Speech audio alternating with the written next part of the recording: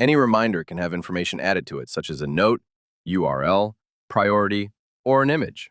Let's head back into the info panel for the New Office Mac reminder. And beneath the title, we are able to enter a note or URL. We can type or paste in text for the note. For the URL, I'm going to paste in an address from Safari. That link will be visible when viewing the reminder, and a tap on the link will jump us into Safari. Further down the info panel, we can assign a priority. This is just a visual aid. Assigning priority won't change anything about the reminder as far as alerts associated with it or what lists it appears in.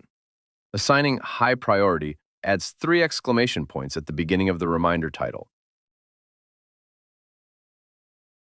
Switch to low priority, and only a single exclamation point is displayed. Finally, we can attach images to the reminder. This can be done by importing an image from the photo library or using the camera on the device to scan a document or take a photo. I'm going to bring in an image from the photo library.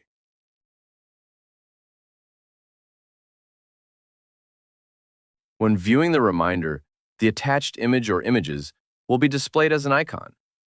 Tap to view the attached image.